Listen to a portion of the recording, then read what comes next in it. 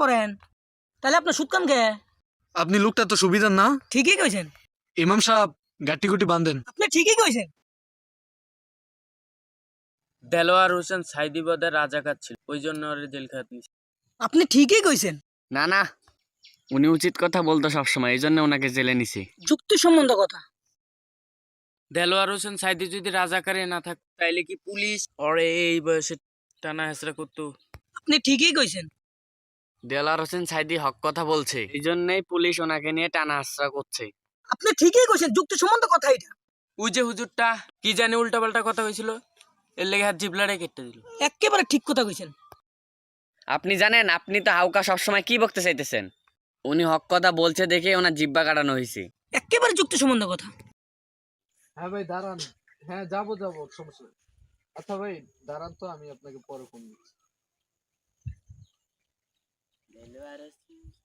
আচ্ছা, মামুল হক সাহেবকে কেন জেলখানায় নেওয়া হয়েছে?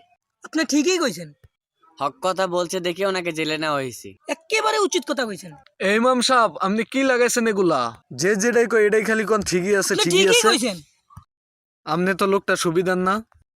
আমার কথাও আপনি কইতেছেন যে ঠিকই আছে, তালে তাল মিলাইতেছেন খালি। তাহলে তাল না মিলালে মনে করেন যে মসজিদের চাকরি থাকতো না, মানুষও পছন্দ করতো না। মানুষ পছন্দ না করুক, আল্লাহ পছন্দ করব। আপনি ঠিকই কইছেন। আপনি সবসময় উচিত কথা কইবেন। আপনি একেবারে যুক্তি সম্বন্ধ কথা কইছেন। কেশিয়া সাহেব, আপনি তো 5 ওয়াক্ত নামাজ পড়েন তাহলে আপনার সুদ কাম কে? আপনি লোকটা তো সুবিধার না। ঠিকই কইছেন। দাঁড়ান আপনার ব্যবস্থা করতেছি।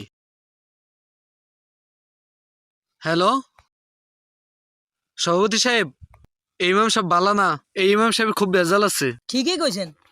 ইমাম সাহেব পাল্টার লাগবো, আমি ইমাম সাহেব দেখছি। আচ্ছা গাটি গুটি গুছাইতে কই আরে আরে বাতিল করে দেন আপনি। ইমাম সাহেব গাটি গুটি বাঁধেন। আপনি ঠিকই কইছেন। তো গাইস, আমাদের ভিডিওটি যদি আপনাদের কাছে ভালো লেগে থাকে অবশ্যই শেয়ার করবেন, আর নতুন নতুন ভিডিও পাওয়ার জন্য ফলো অবশ্যই।